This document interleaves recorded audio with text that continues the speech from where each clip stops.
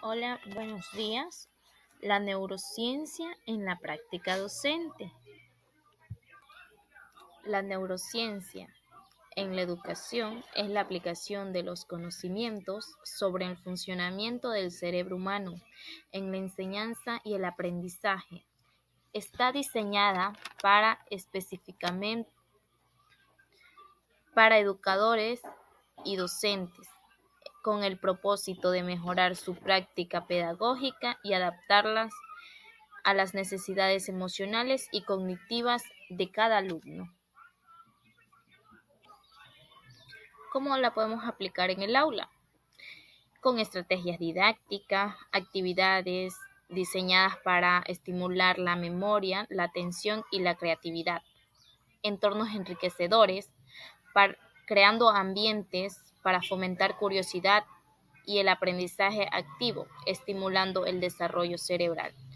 Con aprendizaje personalizados, adaptar las enseñanzas de maneras únicas de aprender con cada estudiante.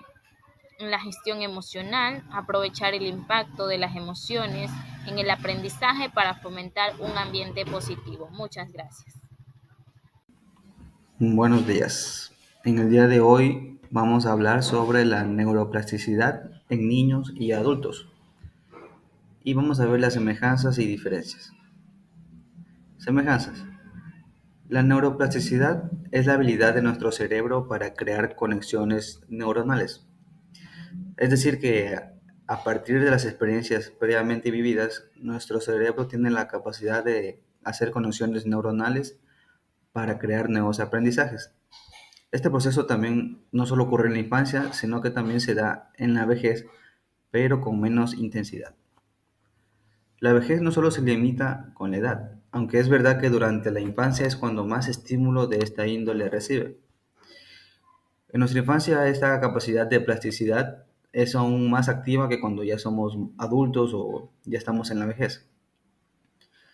El proceso de regeneración cerebral ocurre gracias a la neuroplasticidad. No solo es alcanzable durante la niñez. Cuando los infantes tienen esta capacidad de neuroplasticidad, no solo se benefician ellos, sino que también en la adultez pueden beneficiarse de esta capacidad, pero con estímulos adecuados. Diferencias. Durante nuestra niñez, la neuroplasticidad está presente constantemente y con gran intensidad, mientras que en nuestra vejez esta intensidad disminuye. Cuando en la infancia el cerebro es más flexible y tiene una forma más rápida de hacer nuevas conexiones y de aprender en base a estas experiencias. En cambio, cuando ya somos adultos, este proceso aún se mantiene vigente, pero es más lento.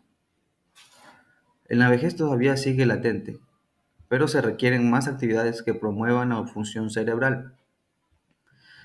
En la adultez y la vejez es necesario realizar más ejercicios cerebrales para que estimulen la función cognitiva, a comparación con la infancia. En la vejez la neuroplasticidad también puede ayudar a mitigar comportamientos propios de esta etapa, como la falta de concentración, también puede afectar a tener memoria a lapsos de olvido y también disminuye la motricidad. Es muy probable que durante nuestra adultez comencemos a tener enfocarse más en la compensación y el mantenimiento de habilidades. Vamos a hablar sobre la neuroplasticidad en niños y adultos. Tenemos dos ejemplos sobre la neuroplasticidad en niños. El primer ejemplo es aprender a andar en bicicleta. Cuando un niño aprende a andar en bicicleta, tiene dificultades para mantener el equilibrio, coordinar los movimientos, ya sea pedalear, girar el manubrio y mirar hacia adelante. Conforme el niño practica, se cae intenta de nuevo, su cerebro empieza a establecer y fortalecer nuevas conexiones neuronales, donde son encargadas del equilibrio, la coordinación motriz y la visión. Con el tiempo y la práctica constante, estas conexiones se vuelven más fuertes y eficientes, permitiendo al niño mantener el equilibrio, pedalar suavemente y también dirigir la bicicleta. Este proceso de aprendizaje y mejora es un claro ejemplo de cómo la experiencia moldea físicamente la estructura del cerebro de un niño.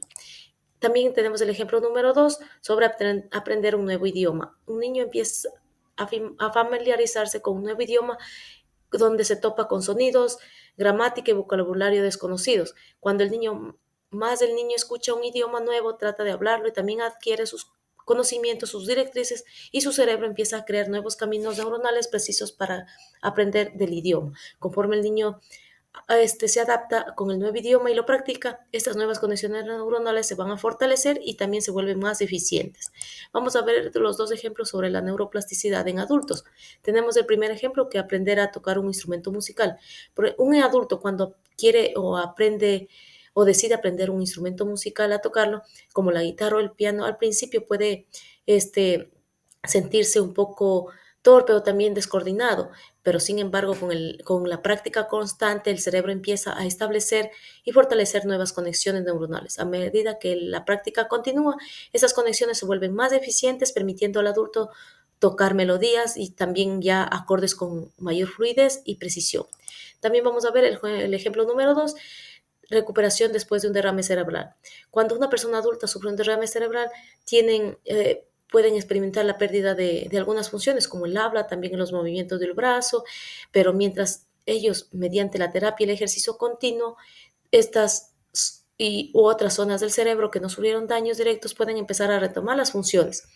Mediante terapia del habla intensa también puede empezar a formar nuevas conexiones neuronales para evitar la pérdida y permitir que la persona retome el cierto nivel de comunicación. La rehabilitación se centra precisamente en fomentar esa habilidad del cerebro para generar nuevas estrategias y también ajustarse a las nuevas situaciones. Muchas gracias.